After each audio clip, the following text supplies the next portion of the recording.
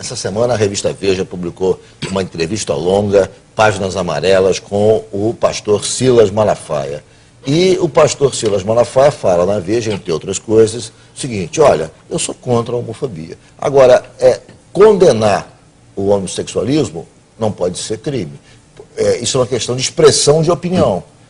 Práticas homofóbicas, sim, podem ser crimes. Agora, verbalizar, opinar, não pode ser crime. Isso é questão de expressão de opinião e isso é inconstitucional.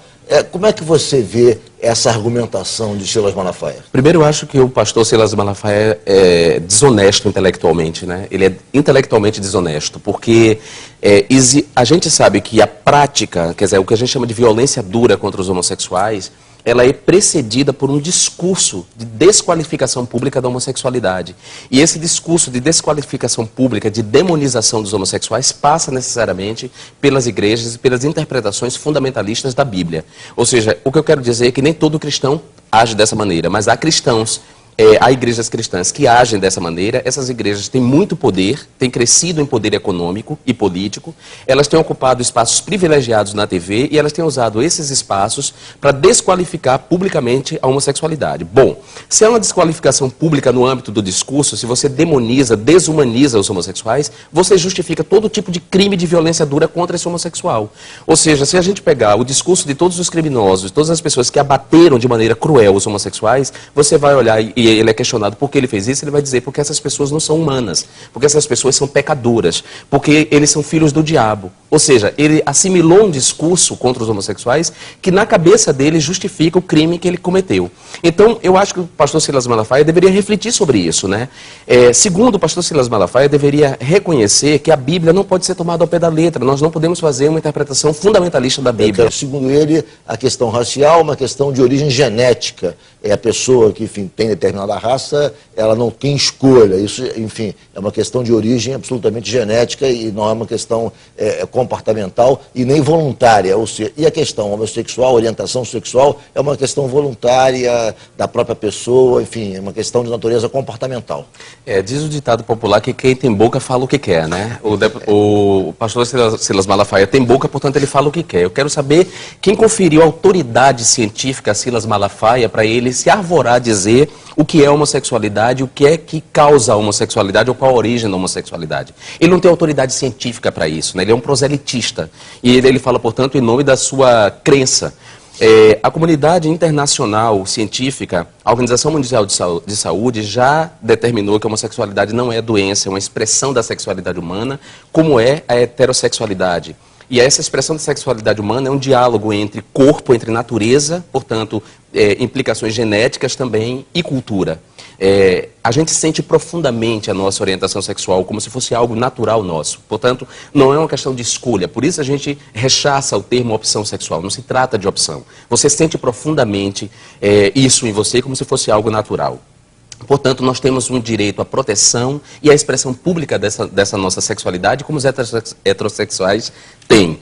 É curioso ele levantar hoje e dizer que o racismo, né, quer dizer, tem que ser criminalizado porque a raça é genética, e ele esquece, por exemplo, que as igrejas cristãs já se alinharam a discursos para negar, quer dizer, já evocaram argumentos como esses para negar direito aos negros. Hoje os negros conquistaram direito, mas no passado argumentos bíblicos eram também utilizados para negar direito aos negros. Vamos falar então dos argumentos bíblicos. Na realidade, os evangélicos, os pastores começam a fazer críticas e sempre citam trechos da Bíblia, principalmente a carta de Paulo aos Romanos, e citam também o Levítico, em que um trecho, se eu não estou equivocado, diz o seguinte: como varão não deitarás como mulher, abominável é. Como é que você interpreta, primeiro, a utilização de passagens bíblicas no combate, enfim, às posições mais avançadas em relação ao homossexualismo? A homossexualidade, eu prefiro que você use a expressão homossexualidade. Ficamos assim. Bom, primeiro eu quero deixar claro para as pessoas que eu respeito e acho que todo mundo tem direito à crença e à não crença. Eu defendo a liberdade de crença e é uma liberdade fundamental do ser humano. Inclusive a liberdade de crer no que quer, né? Eu acho que a tolerância religiosa nasce exatamente da liberdade que nós temos de crer no que a gente quer e de não crer. Inclusive salvaguardando aí o direito dos ateus de não acreditar em nada. Primeiro eu quero dizer isso, eu não quero ofender a religião de ninguém. Mas eu falo como um homem de ciência. Eu falo como alguém que, como dizia meu pai, alisou os bancos da universidade. E ao falar como homem de ciência, eu falo aqui a partir do conhecimento que a humanidade adquiriu e acumulou ao longo desses anos. Ou seja, esse conhecimento me leva a reconhecer que a Bíblia é um livro escrito há mais de 3.000 anos, certo? É um livro, portanto, que tem história. É um livro que foi escrito originalmente em aramaico e depois traduzido para o grego, do grego para o latim e do latim para as demais línguas modernas.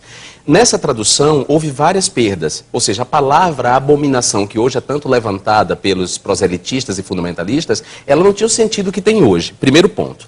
Segundo, o Levítico era um código de ética para uma sociedade de 3.000 anos atrás, das tribos da Judéia. A gente não pode utilizar esses argumentos hoje que nós fizemos conquistas significativas. Significativas como a pílula anticoncepcional, como a camisinha, como todos os tratamentos para o câncer. Ou seja, nós fizemos uma evolução como civilização. Nós, por exemplo, abominamos hoje a escravidão e a Bíblia e o Levítico... Que, na realidade, tem passagens da Bíblia que falam em escravidão, em apedrejamento. Quer dizer, se for levar tudo ao pé da letra... A gente mataria as mulheres que não casam virgem, né? A gente escravizaria as pessoas, porque está lá no Levítico que você deve escravizar. A gente cobraria juros, portanto, extorquiria estrangeiros, porque o código dizia, o código de ética deles dizia que só era proibido cobrar juros para os irmãos, para os judeus. Por que não se usa, em outras questões, também as passagens da Bíblia para se construir uma argumentação? Daí é que vem a desonestidade intelectual, ou seja, se é para a gente utilizar textos da Bíblia para violar o direito de homossexuais, se esses trechos são válidos, todos os outros são válidos. Então, a partir de hoje, eu defenderia a escravidão. Silas Malafaia não tem coragem de vir a público defender a escravidão, porque ele sabe que a escravidão nós superamos moralmente e como civilização a escravidão. Superamos, inclusive, a opressão às mulheres, que também está lá na Bíblia. Então, por que agora a gente vai usar argumentos para justificar a opressão aos homossexuais?